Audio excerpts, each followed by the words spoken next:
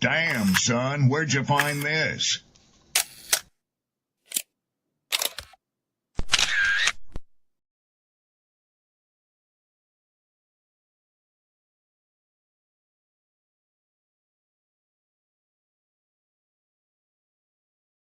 Who taught you to hate the texture of your hair?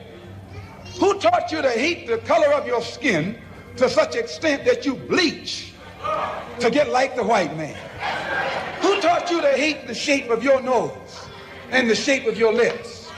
Who taught you to hate yourself from the top of your head to the soles of your feet? I love people as I meet them one by one. People are just wonderful as individuals. You see the whole... My great aspiration, my greatest ambition is to be so good. Now, in that way, I'm tiresome, as I suppose, to live with, because I want to be a fantastic human being. I am the greatest. We're not disputing that, Cassius, but how does Sonny Liston feel about it? He can't feel but one way, and let's take everything I say and like it. Because February the 25th, I'm going to take back my job. I'm the champ. He's no champ. He's a tramp. When you see men fall, don't laugh. Learn. Learn. Because you're on your way up. And the things that tempt people to fall, you and I are not free from that temptation.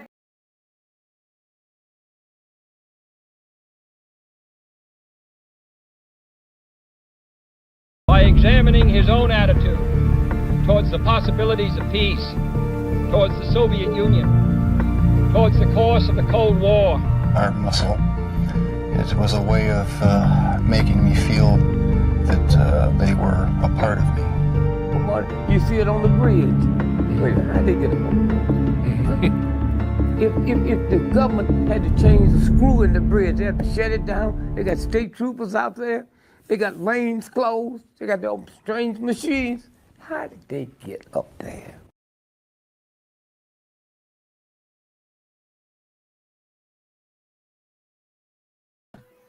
That was a cool intro. What up? Talk to me. Talk to me.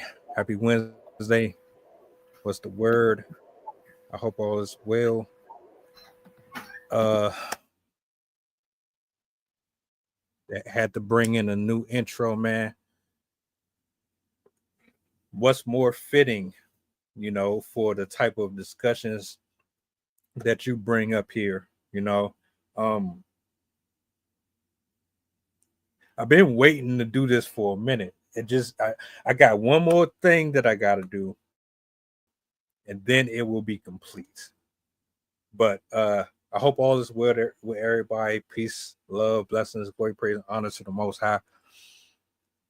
This isn't about me. This is about the lady of the hour. This is her time to vent, to get some things off her chest. We had some stuff that we kind of touched on the other day. But I'm gonna go ahead and turn the mic over to her. I'm gonna let her do her thing, and I will be here at your disposal as usual.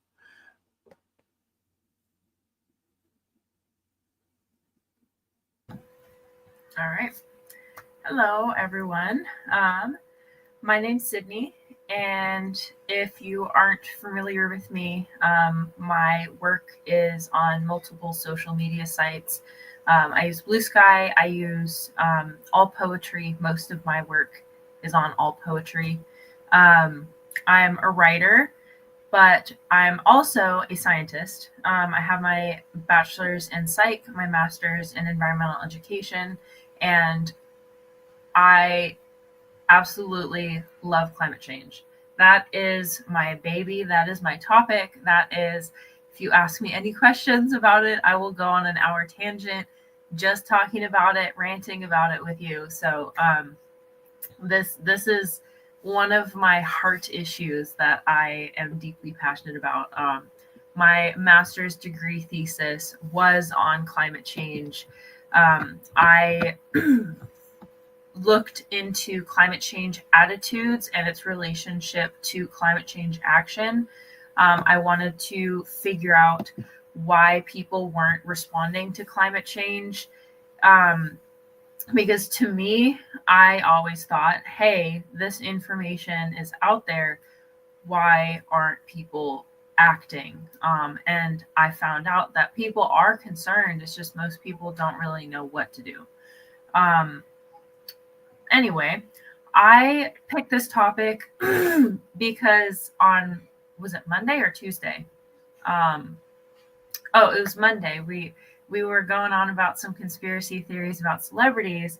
So it made me think of my favorite conspiracy to go off on with regards to climate change, because climate change is a real phenomenon. It is affecting the planet, but there are certain things that I think are pretty suspicious. So I wanted to talk to you guys about those things today. I want to first do a little background onto what climate change is, just in case you aren't familiar. I also will briefly go into the evidence that's available to support that this is happening to us. And I also encourage you to, at least those that might not believe it, which I understand there's a lot of factors that can contribute to your understanding or belief systems. But if you pay attention to the weather and stuff, there are noticeable differences, and keep that in mind, because even if it's related to more religious directions, it is still something that we are going to be experiencing, and we still will want to take precautions so we don't immediately get hurt or worse. So regardless of your belief system, it's important to understand the changes in weather that we're going to be seeing in the future. So anyway, climate change is a term that refers to the rising temperature of our atmosphere, the rising temperature of our atmosphere itself, as well as the temperatures that we experience across the globe on the surface of the planet. Our Earth is covered with a bunch of air. That air is towards the surface consists of the breathable air, but towards the middle latitudes, basically where airplanes go, it's not as thick, and it gets more diffuse as it goes out to space. But this 10-mile thick layer of air actually holds most of the sunlight inside our planet to keep us warm. If there was not this blanket, it would be like the moon or Mars or any of the other rocky planets that have no atmosphere. You are going to be frozen if you are on the dark side, and you would burn to death if you were on the light side. So the atmosphere saves us from the direct impacts of the sun. It also helps hold in water. That way we can have our oceans and our rivers and our plants and our animals and all of the things that life relies on. And it also provides us with a way of distributing the water as well. What we're doing currently, and what I mean by that is our industries, things that release chemicals. And whenever I say chemicals, I roughly mean anything made of atoms, basically. Like, I kind of use it loosely just to specify. But basically, it releases things into the atmosphere, and it's more than would naturally be released from the ground. The ground, the trees, the water, everything on Earth, it releases its own gas. And when we burn gas from our cars, from our factories, from our homes, whatever, it's basically concentrated energy. And so imagine if 100 trees is now breathing out, but all in like a single moment. But then this is happening like at millions and trillions of tons more. So this is a really, really long metaphor to basically say we are releasing far more gases into the atmosphere than the atmosphere is able to handle. We are overstuffing our comforter with way too many gases. And as with a blanket, the thicker the blanket, the warmer that it's going to be underneath that blanket. And that's what we're seeing today is we have, through our cars, through our factories, through our homes, through everything that we've been doing over the last 300 plus years, because it started from the moment we started using fire to control things, creating wildfires where we wanted to. And that was thousands of years ago. We've always been affecting the atmosphere. It's only just the last 200 years that it's been enough of us to start making a visibly noticeable difference. Anyway, I believe that with our knowledge of climate change, this has been known, this has been studied in, let's see, 1824, the existence of the greenhouse effect, which is basically the name for what I just described, how there's more atmosphere, so things get hotter. It, like a greenhouse, having that atmosphere holds in the air so it stays warmer. That was discovered in 1824. Further evidence was found in 1827 and 1838 to support this. In science, it's called a theory, but a theory is a well-supported idea. It doesn't mean like something you just grab out of the sky and like, oh, I thought this up. This is a theory. A theory is something that has been tested over and over again and is something that has enough evidence to be something worthy of discussion. So it was basically a strongly supported idea by the 1820s and 30s. By the 1850s, they demonstrated that carbon dioxide and water vapor can increase the warming impact in air. So well before even the 1900s, we already knew in the scientific community that that manipulating the air and the content of air and the type of air that was in the atmosphere was going to have impacts on the temperature on Earth. And in that same period, they were also understanding volcanism and the effects of global cooling. And so they also understood the issues of the effect on the biosphere. As the temperature changes, it's going to start affecting plant life and animal life. And this became known again even before the 1900s. So throughout the 1900s, despite this knowledge, and as we've seen in our lifetime throughout the 2000s, even with this knowledge, we have seen basically no action. There's been some moves, like some people have started shifting over to battery operated cars.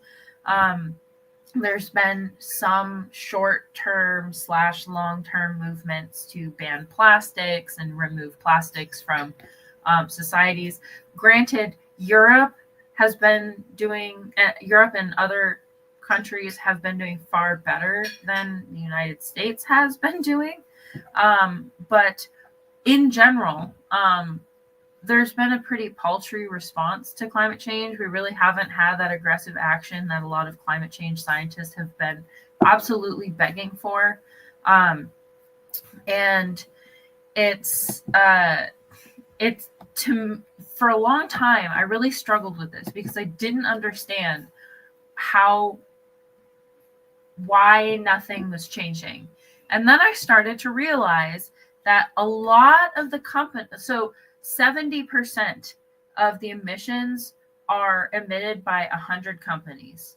And I'm pretty sure that number is probably outdated because I know I've heard this statistic for quite a while. So it's probably even more now, especially after what's been happening in the last like 5 years. So I'm starting to think that our government and corporations have a hand in climate change. I'm starting to realize that, or I'm starting to suspect that a lot of different governments are probably willingly contributing to climate change, because if you cause climate change to accelerate, what happens? You melt the ice. What happens when you melt the ice? Greenland and our Antarctica and the Arctic zone areas, there's some like islands and stuff like that in there. If you uncover those areas, that is a lot of resources. I should have pulled this up first. Those areas have silver and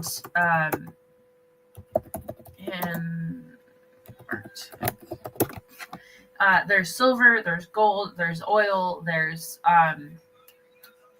what's the what? Lithium, I think.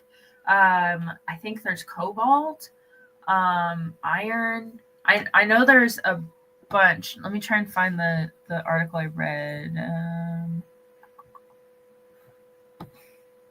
I'll have to find it at another time. I don't want to take too long.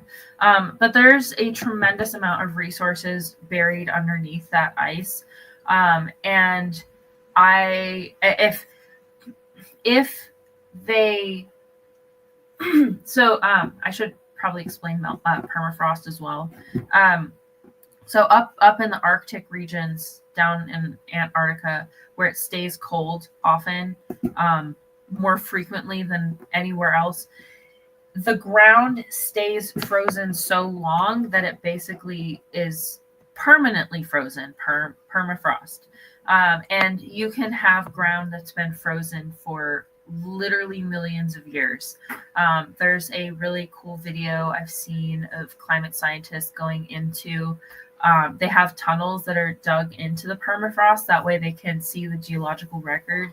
And you can walk through and see, like, it was almost like in Ice Age, for any of you that have seen that movie, where he's like walking through that icy cave and there's just like the different animals frozen in the ice. It's not that clear. It's like literally just dirt with ice on it.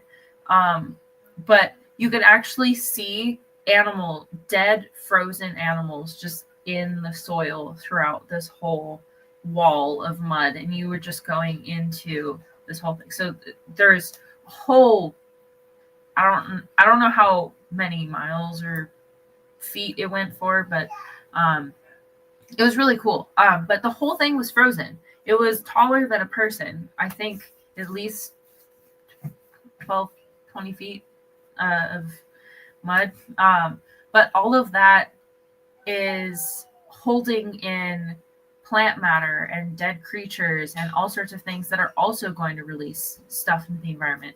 But anyway, this permafrost is an incredibly hard material. So it would be very costly to mine into.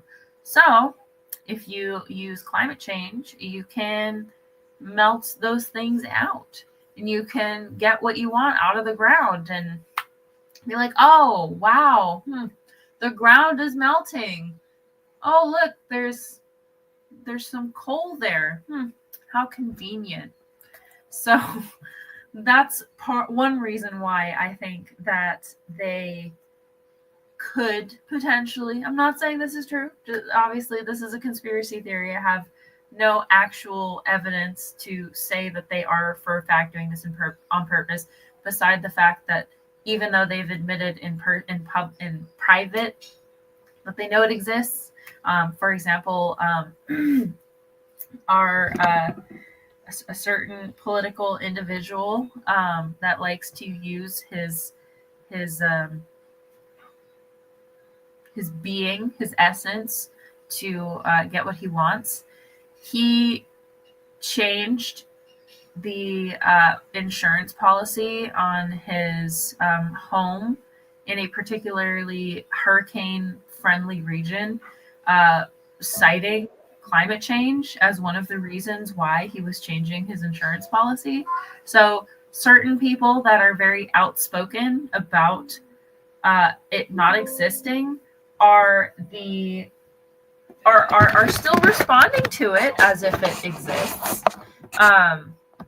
I also know that some of them have been moving their homes to different locations that are just happen to be more environmentally resilient, such as a certain social media owner moving to a region that would be relatively unscathed if climate change happened and would actually probably improve slightly. Won't mention any names. There's also the fact that if you cause a climate catastrophe, you are going to royally F up the food systems, to be brief. I won't even go into the details of what could happen, but basically climate change would mess up our food systems, and we would have a lot of people not having access to foods that they normally would have had access to.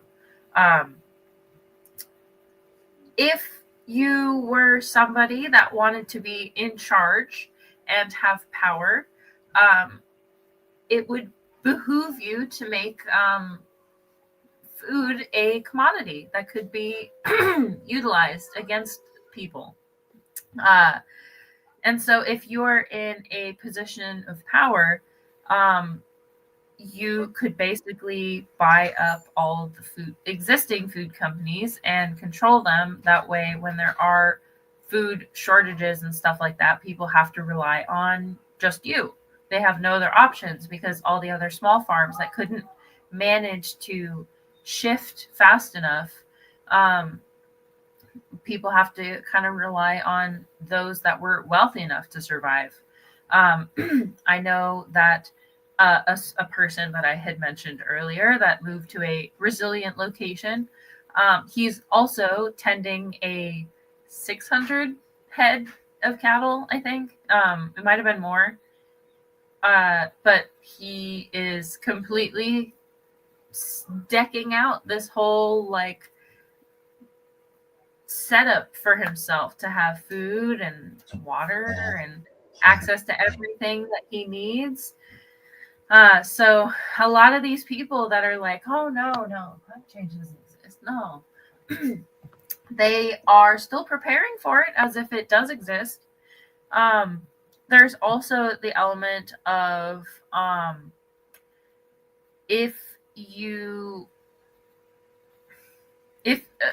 they're also kind of shifting the water ownership as well.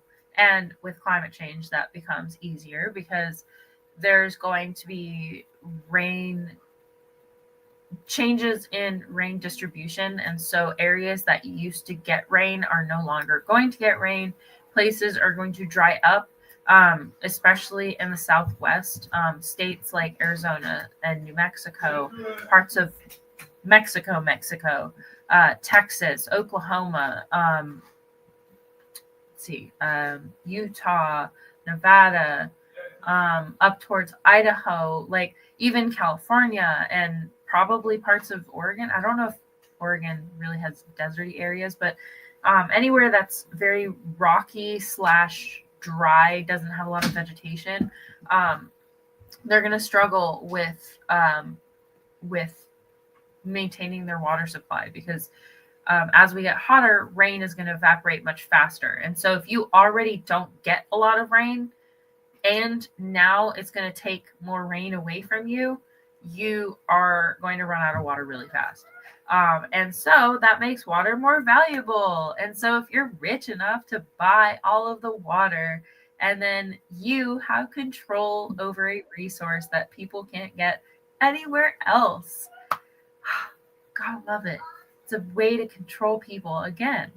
So I really, there's so many different things that can be manipulated if you have control over it, and climate change will make it easier to control these things, especially if people are thrown into flux. Like, imagine if we start having widespread disasters. Like, imagine if what happened in Hurricane Katrina to New Orleans happened to like 10 different cities at the same time, or even 3 big cities at the same time.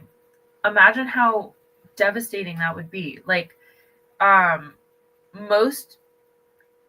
think most of the population lives in like 10% of the land in the United States.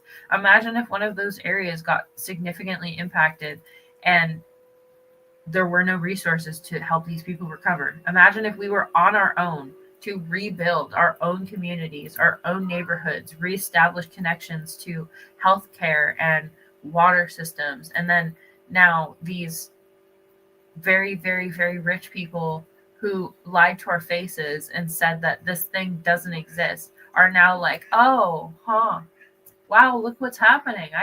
I had no idea. Like, why didn't you tell us?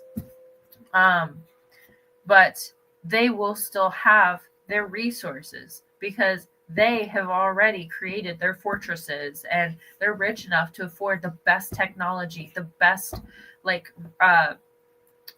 reinforcements. Like, they can make state-of-the-art shelters and make their like, I'm pretty sure one of the rich people has this castle fortress that is like, it can withstand a nuclear bomb.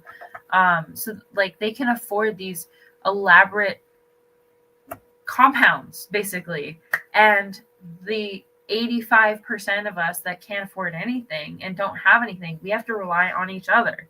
And we all see what happens in our cities when things fall apart. Like, we don't come together. We turn into like, let's break the windows and loot these stores for TVs. Like, it's not going to be good for the people that don't have anything, that rely on these giants. So yeah, I strongly suspect that all of these people know what they're doing. They know what's happening. They're the people that control the industries. They're the ones behind all of the machinery, all of the cars. Like, if the government truly wanted to stop climate change, they could very easily do it.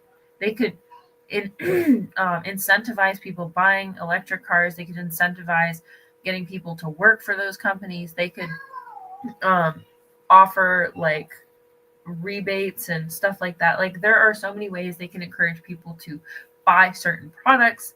They could find different, like, if they wanted to be flexible, if they wanted to work with us, if they wanted to actually care, there would be ways that they could, like, people, the people want to work with the government to get this done. We want to make changes. It's not us, it's them. They're the ones holding this up because it's the industries, it's the businesses, it's the corporations, the factories, it's the emitters that are causing this problem. It's not our cars while we commute to our jobs. It's not that. Cars are a significant portion of the climate emissions overall, but that's everyone in the entire world.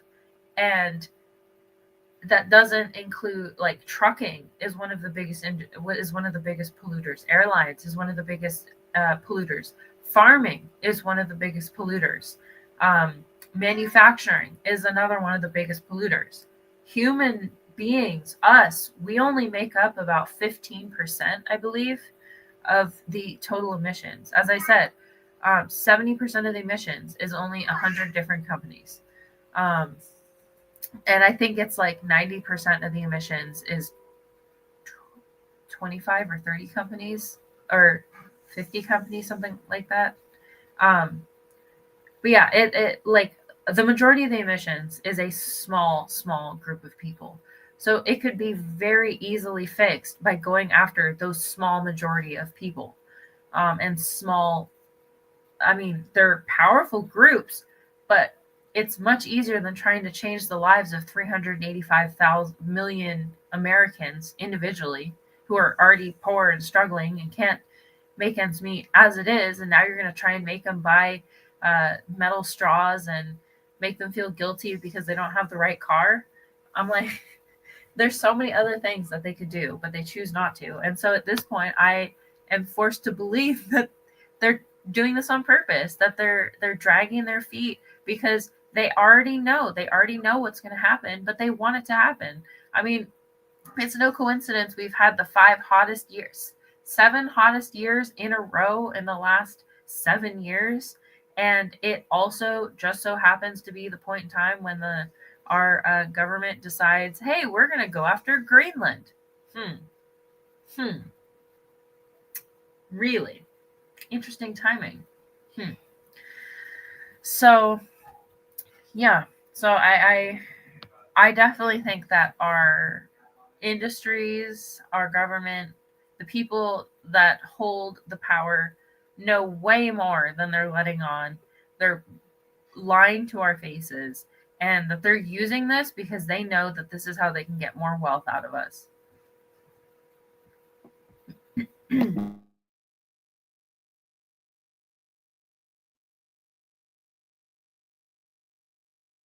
Yeah. It's not even a question for real at this point. If anybody thought, oh, maybe we can just attribute it to a coincidence, no, it's not a coincidence. Nothing about the reactions to the vegetation, to the air, to the water has an equal balance. And to even suggest that we don't have any part or role in any of it whatsoever would be foolish to even consider. And the unfortunate part about it is, as accurate of an assessment as this is, people still don't see the importance. They don't understand the impact. And I think also you might notice it in small doses when you get those recalls on fish and chicken, stuff like that. But to the degree that it makes you want to rethink what you're spending your money on, or how often you're out here on the road burning gas and so on and so forth, no one's really, it's the convenience factor is what's going to keep people brushing off all of the evidence that is being presented. You know, in terms of them being able to stop this or slow it down or prevent it, you really think them big bills down with all that smoke coming out of it, you really think they're going to stop all of that production? It's not happening. It ain't going to happen until what you say. If you under that blanket too long, and I know exactly that was a good one, you will burn. You're going to sweat. You're going to feel immense heat, and I highly doubt that people are prepared for what they complain about. Oh, it's been too cold. I can't stand the winter. Right. Well, It's funny that you say holler that at too. me in another month, another 2 months, because you're getting what you're asking for. I was just gonna say, one of the misconceptions is that people are like, "Oh, well, there's a cold snap. Where's your climate change?" But climate change will actually make cold snaps worse. There'll be shorter periods, like you won't have light snow regularly throughout the winter. You'll have a winter of blue skies and normal, like 70-degree temperatures, punctuated by like a week-long super severe blizzard, and then nice weather, and then another severe storm, and then nice weather, and then a severe. So instead of getting like, yeah, it's like a couple weeks of gentle snow, like we get to go outside and play, like it's nice outside, kind of cloudy, not like, nope, you're just gonna get a flip-flop of like, okay, really bad, okay, really bad. So just thought I'd throw that in there.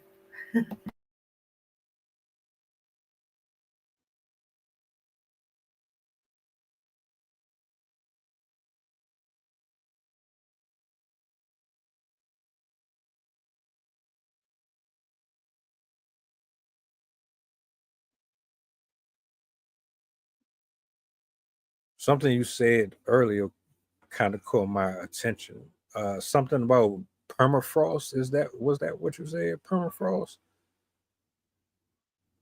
Well, what exactly is that? Is that like being in a specific part of the world where it just, no matter what, it just stays frozen? There's no throwing that out. There's nothing that's gonna change that, or is it like a combination of something else? Because I heard that part. Then there was another part where you were saying that all of this stuff is trapping in bacteria, viruses, corpses, and things of that nature that could actually be released at some point. So could you elaborate a little bit on that part? Yeah. So, like, if you have Earth and the sun, so like the Arctic would be kind of where that finger that's moving is, and then the Antarctica would be where my thumb is. If as it rotates, if you notice where my top fingers are, this bottom part of the rock is basically always in the dark. And so that's kind of what the Arctic is, where it's always in the dark. It's never getting the sun. That's why it's in 6 month, where it's 6 months dark, 6 months in the sun, because if you see, like, it takes 6 months for it to finally like get to the other side that was dark. And so because it gets so little, like there's a lot more time between getting sun, it stays cold. It doesn't get as much heat there because of where the sun rays are going. But then also, because it's all white, it also reflects the sun as well. So not only does it not get as much sunlight, but it also doesn't hold as much sunlight that's coming in either. So it's a totally blanking on the word, a cycle that like feeds into itself, where as long as the temperature stays normal, it's going to kind of stay cold. And so over the time that it's been able to stay cold, the ground has stayed frozen. And the way soil works is basically it's a collection of matter that comes from the sky and the animals and the plants and everything over time. So it like builds on top of each other like a forever cake. The cake is always going. There's always a layer building on top of the next layer. And so the permafrost, because of the location it's in, it's this layering of dirt from millennia, but it's all frozen. And so that's what makes it special, because of where it's at, it's been able to freeze to a very, very deep level. And so the soil and everything in it has not been able to decompose. And so everything is frozen in time. And the reason why that's special and why that's useful to the planet is if you freeze decomposition of large portions of a planet, it locks up those gases. Like when a body decomposes, whether it's a plant or an animal, or is digested by bacteria, it gives off gases. And if you freeze those animals, that can't happen. And so we have a large area that doesn't actually give off a lot of greenhouse gases. It actually locks them in. And so it's a balancing source for our planet. It's almost like the Earth has a freezer where it locks away the energy it needs for later. It doesn't have to access it right now. And so it enables it to not have to release it all into the air, and then it isn't going to impact the planet that much.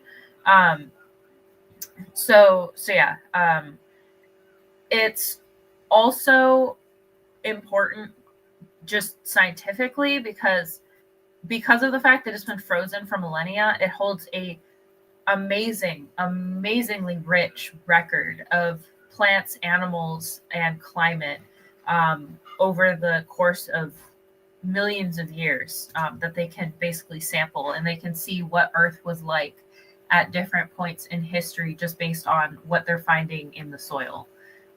So it also would be a shame to lose it in that sense. But the reason why we don't want it to melt is because once it does start to melt, then it's releasing thousands of years of built up undecomposed energy into the air within years. So imagine if somebody had a car, or like if all of our cars released all of the pollution from all of history in 1 year. Imagine how disgusting our skies would be.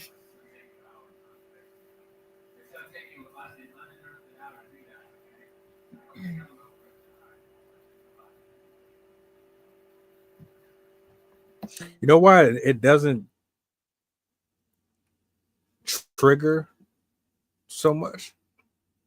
Because it always appears as if, like, when you see smoke going into the atmosphere, it just looks like it dissipates, like it doesn't just get stuck.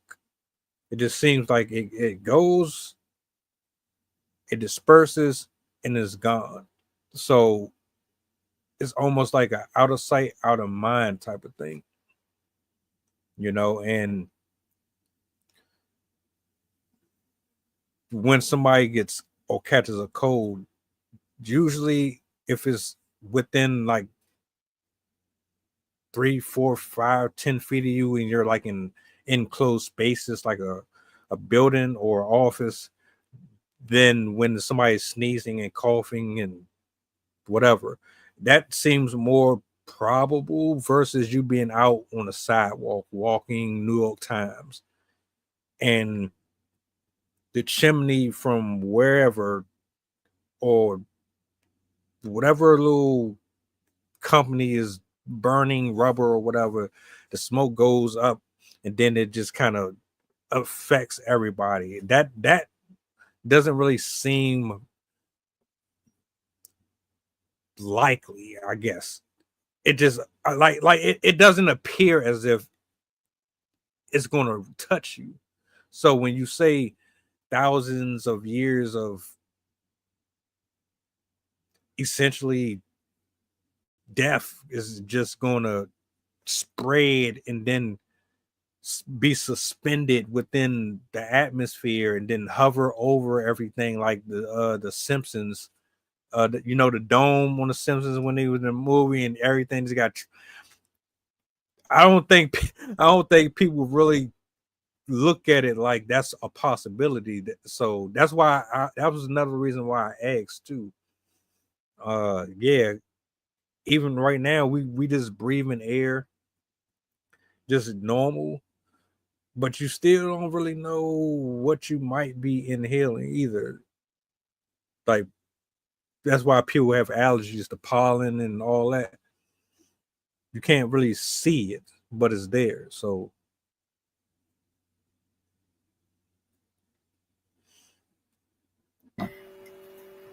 it's funny, in the Victorian era, it was in London, I believe.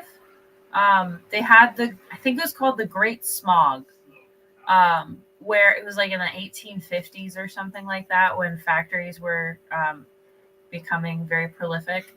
The air was so dirty that like people had to stay inside. It was just like a black fog moved in on the city and lingered for days, and it smelled putrid. Like people were throwing up in the streets. It coated the tongue. It was just, and that was one of the things that started to make people aware of air quality and the impacts on human health.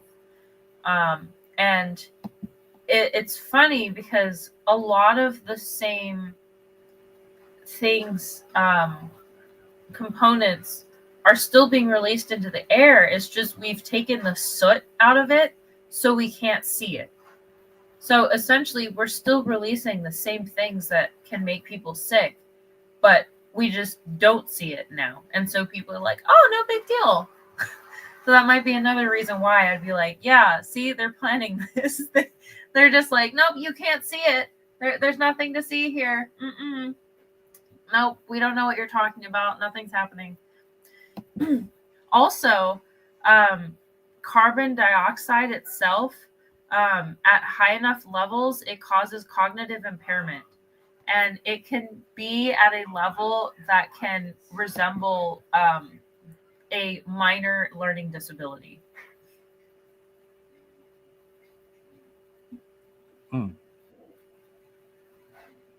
That I did not know.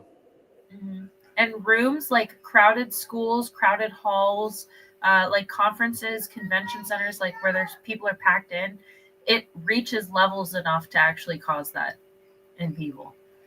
So if you're in a busy place, you could actually be breathing in air that's causing cognitive dysfunction.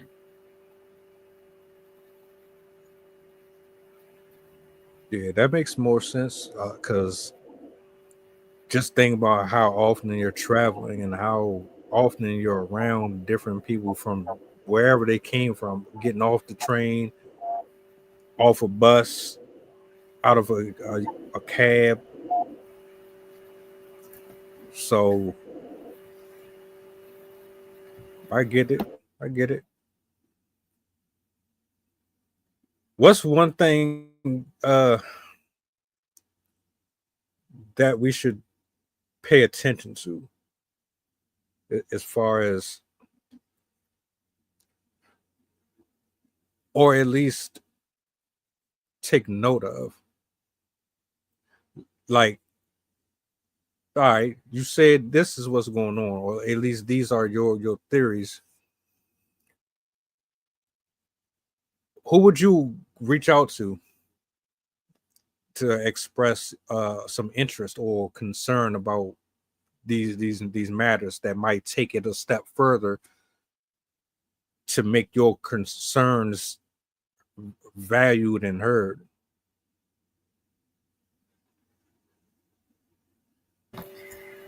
I honestly could not tell you. I wish I knew who would be the best, if there was a best person to contact. But I think really when it comes down to it is scientists have to band together. Anyone that believes in climate change, anyone that's scientifically involved in climate change research, anybody that knows anything about climate change, should consistently talk to people, consistently be open with people about climate change, what's happening, the effects that it's going to have on people, be like suggesting to everyone around us like the ways that we can make things different. And really at this time, I think the best thing that we can all do in terms for climate change in general is boycott the businesses that are causing these problems to begin with, because really that's the only power we have now. Clearly in America, our voting power is not that great right now. But we still at least have our dollar. We're seeing right now our impacts on other businesses like Target and Walmart and stuff like that. Like they are hurting because we're basically showing them that we're not okay with what they're doing. And so it is possible. We just have to show it with our actions and with our dollars that we do not support the polluting airlines. We do not support the polluting companies. Like all basically, to me, if it's a big business, I'm gonna do my darndest to not support you. Like I don't buy Coca-Cola products, I don't buy Nestle products, I don't buy a lot of. There's a whole web of big businesses. I could totally get into it in a whole separate stream. There's so much to it, but I really just try and avoid supporting the big businesses that regularly contribute in a substantial way to climate change. Also, it's unfortunately a much slower method, but calling your constituents, calling your senator, your what's the other one? Congressman, calling the mayor, like demanding your government officials respond to this climate crisis as well. Demand that they start supporting people's transition to support themselves against climate change. Because unfortunately, climate change is not just weather and heat and whatever.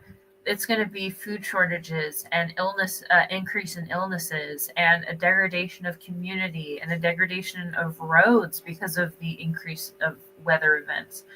Infrastructure will be cut off or damaged in certain areas regularly. Croplands can be destroyed or washed away. So we have to be more robust as a society and prepare, like understand that we're no longer living in a free exchange world where we can give up our money and get what we want. Like we're not in a certain we're not in certain times anymore. We are not in a time period where we can expect that the dollar is just going to keep increasing and we're going to have more food and everything's going to be bigger and better and prices are like we are now in a time of decline in many other ways than just climate change, but climate change is a contributing factor. But we can hedge against a lot of these impacts. We can't prevent them, and we can't completely stop ourselves from experiencing them, but there are things that we can do to prepare ourselves for incoming challenges. And I think really those are the best ways that we can handle climate change, because unfortunately, I've said this before, it's definitely not the happiest conclusion, but I don't really have a lot of faith that we're actually going to fix things. I think we're too far into it. And at this point, our best goal should be adapting to the changes that are going to be coming. We surely should continue to stop using greenhouse gases and find a way to reduce our usage over time for future generations. But our generation, our kids' generations, they're pretty much locked in to the impacts that are coming. So the best we can do is really decide which companies, which businesses, which technologies we actually want with us in the future, and what we're willing to sacrifice to get it, because it's now going to be a game of sacrifices, what we're willing to give up in order to keep what's left. So yeah, not exactly the happiest take. So I won't end with that per se, but it is something to keep in mind that at this point it is a game of preparation and avoidance now, rather than stopping the whole phenomenon from happening in general. That being said, it will probably have the ironically positive impact of bringing people together, because once you start to have impacts that disrupt the fabric of a community as it is, it does start bringing people together. So I do think that into the future, we might ironically actually be happier than we are today, because we will actually have community in a way that we haven't had in hundreds of years or decades, I guess. And we'll, even though we won't have the decadence that we've had in the past 75 years, we will have, I hope, better relationships with each other. Oh no, that's my salad. Kind of bittersweet when you think about it. Oh, an asteroid is coming to hit the Earth. Let's sing Kumbaya now. We only got 48 hours. Anybody watch Armageddon? Yeah, that was one of my favorite movies. I do see your point.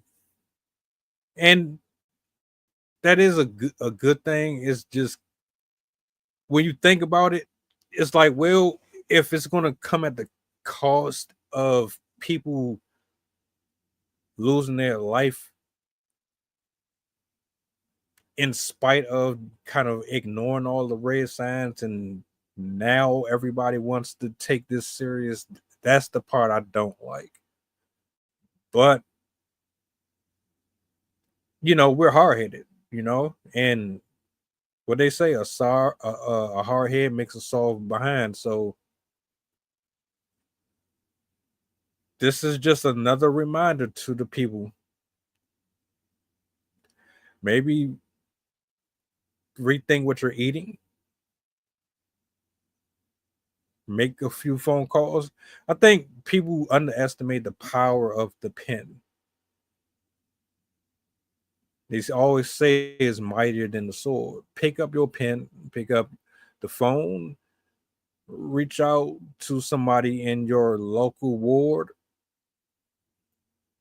Start floating some ideas around, some concerns. I mean, look, at the least, let your voice be heard. Even if nobody else listens, at least let your voice be heard.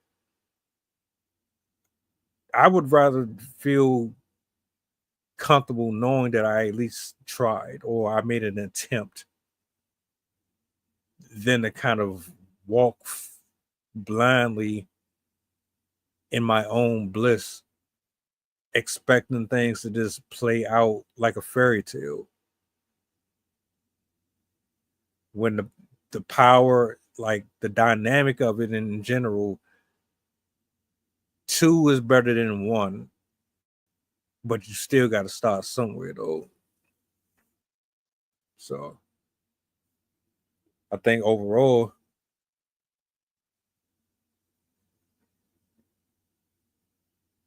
I could not live in Antarctica. I couldn't live anywhere cold. Not nowhere where it takes 6 months for the sun to finally reach any part. Nope, not doing it. No. If I'm not mistaken, And also, you'd have half the year where the sun is always out all day long, even at midnight. That's my sleep schedule would be ruined. I don't even like. I'm not even a morning person, but I'm dang sure not going to be able to. Yeah, I'm good on that. Completely good on that. It was a video. If I find it, I'll send it. The guy, I don't know what he was doing. Maybe he was just doing a documentary or something, but he spent the night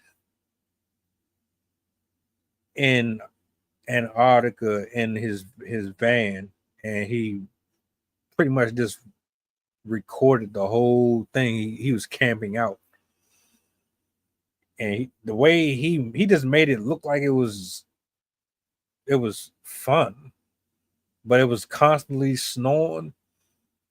There was parts of it where he got stuck, and it was like, oh, this ain't looking good for you, sir. But you signed up for it, so. And people are wondering, like, why would someone do something like that? But to be honest, those get the most attention. Like, I think he got 1.7 million views on that video. Just him camping out in a relentless blizzard out in the middle of nowhere. Yeah. Can't catch me doing that. His only contact was with the. I spent a year in Chicago. We got 2 days of snow, and that was enough for me. No, I would not survive in the Arctic.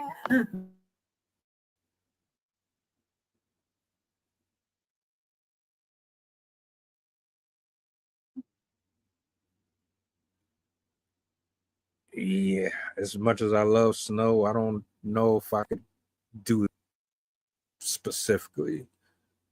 And we don't even get snow too much anymore. So I know if it came down to that, I would have to, I don't know. I'd have to be stocked up completely. I don't think you can ever not be unclothed. You'll probably have to constantly wear layers all day and night. That would be super uncomfortable.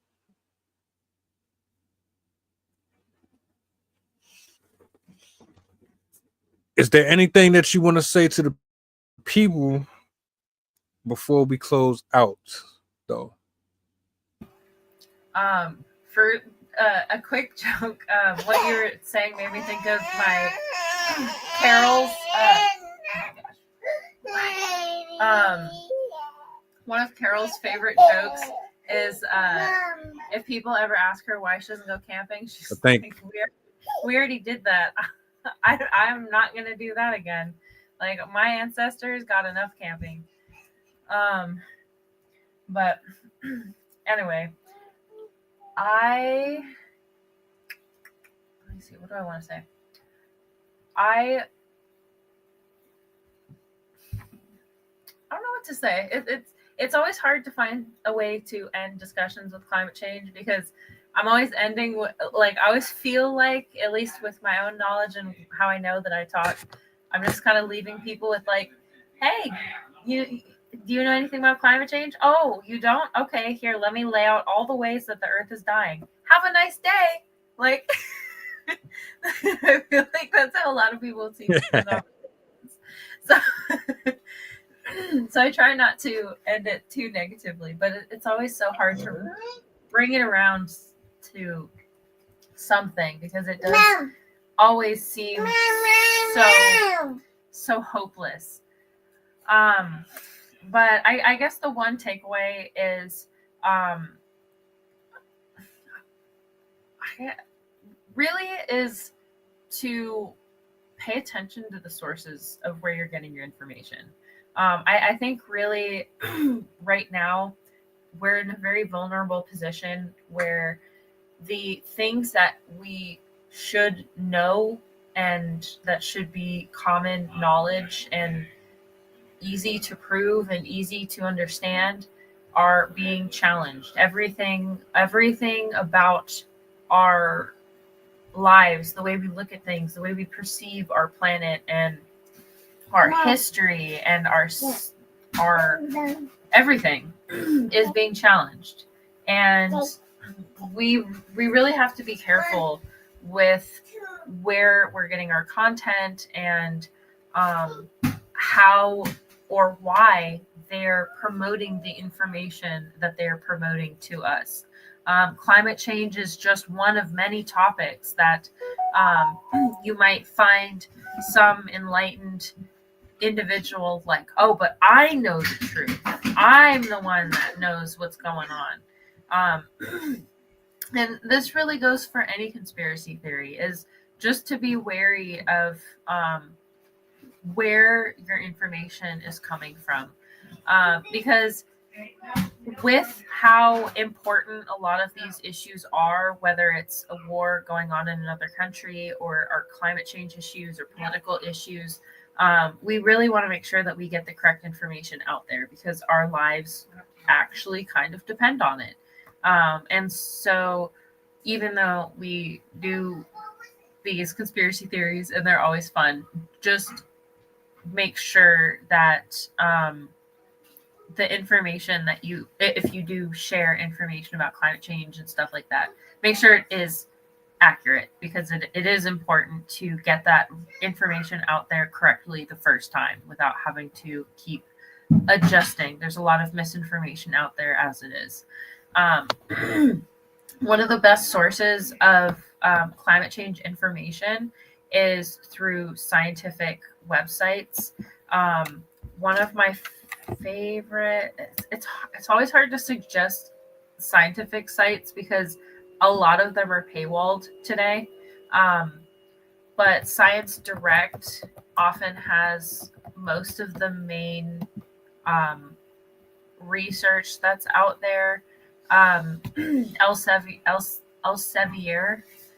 is another really good one. But if you'll want to make sure that you're getting like actual peer-reviewed articles. Also investigating the scientists themselves who's publishing it, because you can often see what their motivations are for writing it. I would definitely take the word of a scientist over the word of a journalist. And yeah, so it's now's the best time more than ever before to make sure that the information that you're getting for yourself is actually accurate. So make sure to do your research and be wary of the distracting type conspiracy theories that lead people away from the idea that climate change does exist, because it definitely does. But yeah, I hope this information was fun and interesting and useful. But yeah, I hope you learned something.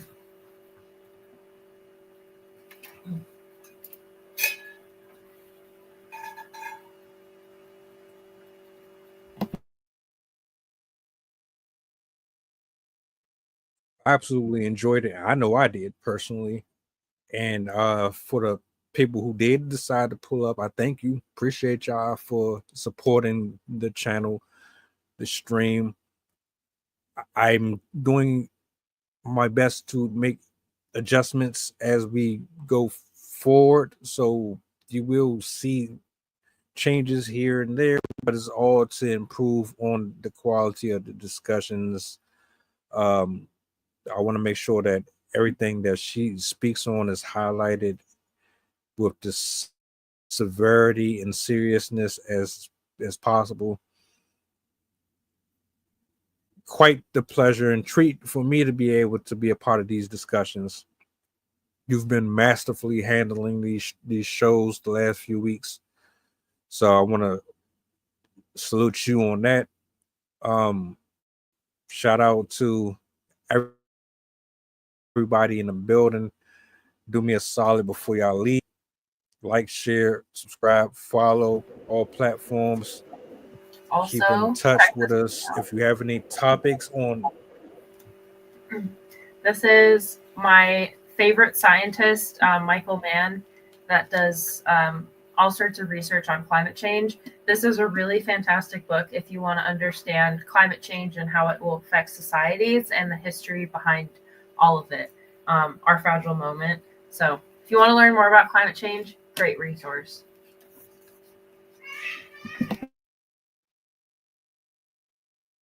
Solid. Well, look, we about to get up out of here, man. Y'all enjoy the rest of your evening. Me and Jason pulling back up tomorrow. I don't know what I'm gonna do. Yeah, I think I already had something locked in, but I might swap it out for something else. Either way, y'all enjoy your evening. We up out of here. Peace. By examining his own attitude towards the possibilities of peace, towards the Soviet Union, towards the course of the Cold War. Art muscle. It was a way of making me feel that they were a part of me. You see it on the bridge. Wait, how they get it? If the government had to change the screw in the bridge, they had to shut it down. They got state troopers